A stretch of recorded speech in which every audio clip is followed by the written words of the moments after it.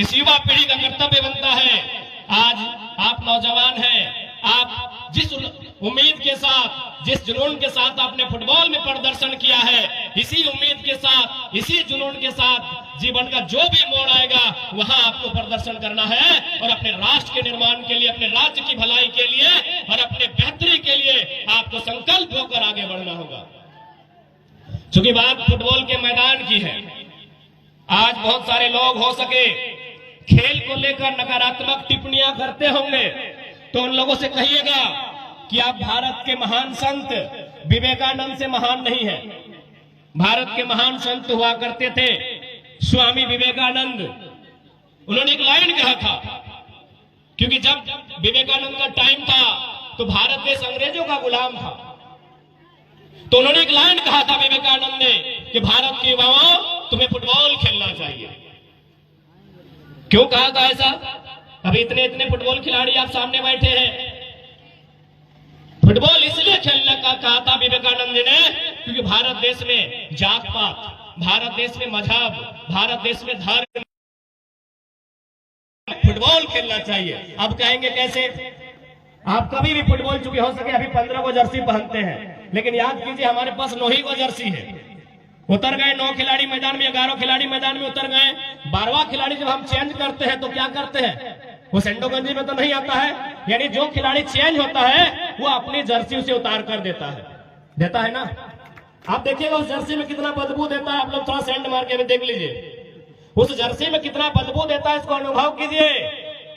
एक तो आप आधा घंटा खेले हैं, पसीना से भीगे हैं, ऊपर से ग्राउंड में कितना बार कीचड़ से, मिट्टी से आप लटपटाए हैं, उसका कोई हिसाब नहीं है। लेकिन वो खिलाड़ी जो 12वां खिलाड़ी के रूप में आता है, सहर्ष आपकी जर्सी को स्वीकार करता है, उसे बदबू का एक छटाक अनुभव नहीं होता है। बाकायदा आप घर जाइए, अपना बढ़िया ब्रांडेड शर्ट अपना छोटा भाई को बोलिए पहनेगा, बोले अच्छी सेंट मारता है, 2 बार खींचेगा रेन साबुन से तब पहनेगा। आपका ब्लड है, आपसे उसका ब्लड रिलेशन है, लेकिन आपका भाई इनकार कर देगा कि नहीं हम आपका शर्ट नहीं पहनेंगे, ये 2 दिन से पीछा नहीं है। लेकिन जब खेल के मैदान में आते हैं वही खिलाड़ी आपका बदबू देने वाला टी शर्ट उतरता है और मैदान में जाता है, यानी वहां भेदभाव नहीं होता है। यही बात विवेकानंद ने कहा था कि खेल के मैदान में भेदभाव नहीं होता है, वहां जुड़ने का मौका मिलेगा। बाकी आप कहीं चले जाए, आपकी जाति अलग है, आपका धर्म अलग है, आपका मजहब अलग है, आपकी भाषा अलग है। एक बात बताइए, खेल के मैदान में आपको जरा भी लगा कभी कि हम एक दूसरे से अलग है? थोड़ा सा भी? विजेता उपविजेता टीम, मैं आपसे पूछ रहा हूं, कभी लगा एक टीम बन के खेले कि नहीं? जबकि आपकी टीम में है कि सभी एक ही कास्ट के थे? क्योंकि मैंने परिचय पूछा तो सबसे ज्यादा संथाली भाई लोग थे। तो क्या गारों के गारों संथाली भाई थे? नहीं। 1-2 विश्वकर्मा भाई लोग थे, मोदक भाई लोग थे कि नहीं?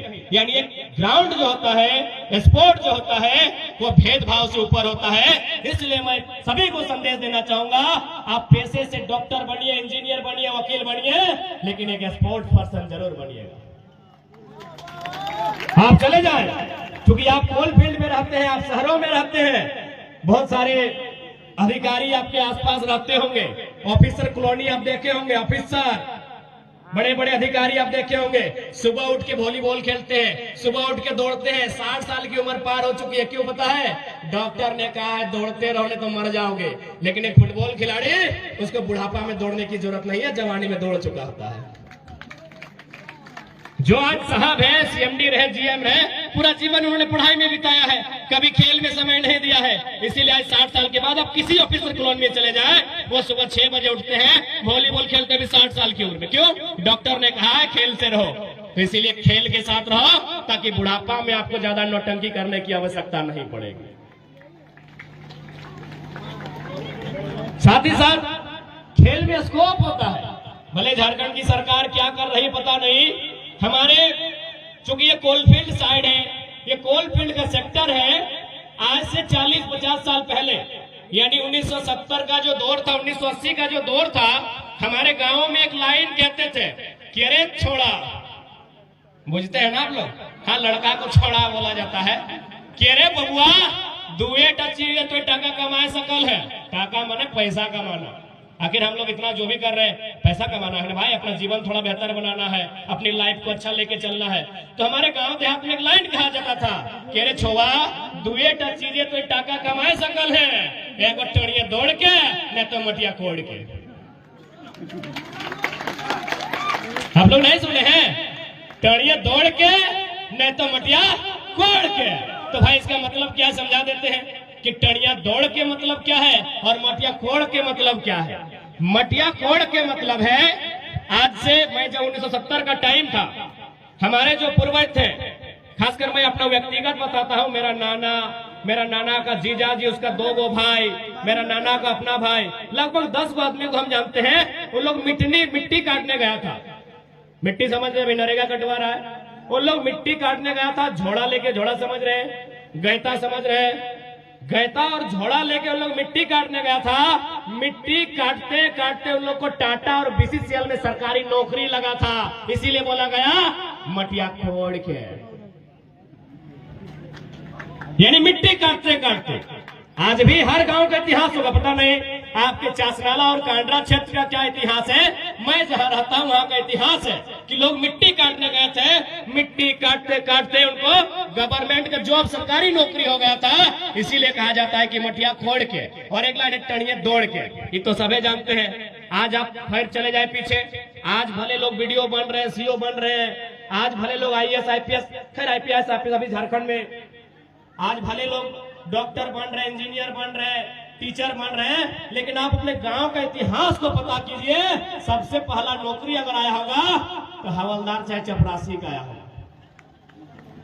आप अपने गांव को, अगर किसी ने मेहनत से, बाकी कोलफील्ड में बहुत सारे लोग नौकरी लिया, लेकिन अनुकंपा में लिया, लैंड लूजर के नाम में लिया, बाप के बदले नौकरी लिया, जमीन के बदले लिया, लेकिन जो गांव में रहते हैं, अगर टैलेंट के बदौलत किसी ने नौकरी लिया था तो टणिया दौड़ के, यानी पुलिस का नौकरी लिया था। ये हमारा इतिहास है, इसीलिए लाइन कहा जाता है कि मटिया खोड़ के नहीं तो टणिया दौड़ के। आज भी फुटबॉल खेलने वाले आपको विशेष सुबह उठकर ज्यादा दौड़ लगाने की जरूरत नहीं है। जाहिर सी बात, जितने खिलाड़ी हैं, CRPF बनना चाहते हैं, BSF बनना चाहते हैं, ITBP में जाना चाहते हैं, असम राइफल्स में जाना चाहते हैं, IRB में जाना चाहते हैं, जिला police, Jharkhand police, JF, JLP, जहां भी जाना चाहते हैं, कैसे जाइएगा? दौड़ के ही ना, उड़ के जाइएगा। यदि यहाँ और मैक्सिमम जो यूथ होते हैं ना, जितना यूथ होते हैं, अगर उन यूथ से पूछा जाए कि तुम्हारा ड्रीम क्या है, वो कहता है कि हमको फौजी बनना है। आज भी आप किसी भी नौजवान से पूछे कि तुमको क्या बनना है, वो पहला लाइन कहेगा हमको फौजी बनना है। जब वो बड़ा होगा तब बोलेगा कि हम टीचर बनेंगे। लेकिन अगर बच्चों से पूछा जाए, क्योंकि आज थोड़ा जमाना बदला है, आप क्या कहते हैं पता नहीं, हमारे टाइम 10 में 9 को बच्चा बोलता था हम फौजी बनेंगे। बचपन से देखा है गदर ना, गदर बचपन से देखा है, इंडियन देखा है, माँ तुझे सलाम देखा है, तिरंगा का असर है, यानी उसका ख्वाहिश था डिफेंस। तोड़ के तो नहीं जाएंगे, दौड़ के ही जाएंगे ना। तो फुटबॉल खेलिए ना, तो इसीलिए बोले ना मटिया कोड़ के नहीं तो टणिया दौड़ के। और साथ ही साथ ज्यादा समय नहीं लेंगे, क्योंकि खिलाड़ीगण बहुत दूर से आए हैं। बोरा और नहीं लाया रे, नहीं, उन लोग को थोड़ा दूर छोड़ना पड़ता है। एक बात याद रखना, बहन लोग को भी बोलेंगे, भाई लोग को भी बोलेंगे, जिंदगी में कुछ भी बनो, जिंदगी में जब आए हो जरूर कुछ बनो। मेरा पसंद दुनिया में तुम्हारे लिए कुछ न कुछ जरूर है, मेरा पसंद, लेकिन जो भी बनो याद रखना किसी एक फील्ड में नंबर 1 बनना। कुछ भी रहे, अगर फुटबॉल खेलते हो उसमें भी बहुत सारा गोली है, स्ट्राइकर है, मिडफील्ड है, डिफेंस है, डिफेंस नंबर 1 बनो, स्ट्राइकर नंबर 1 बनो। किसी भी एक फील्ड में खुद को नंबर 1 बनाओ, क्योंकि नंबर 2 को लोग याद नहीं करते हैं। For example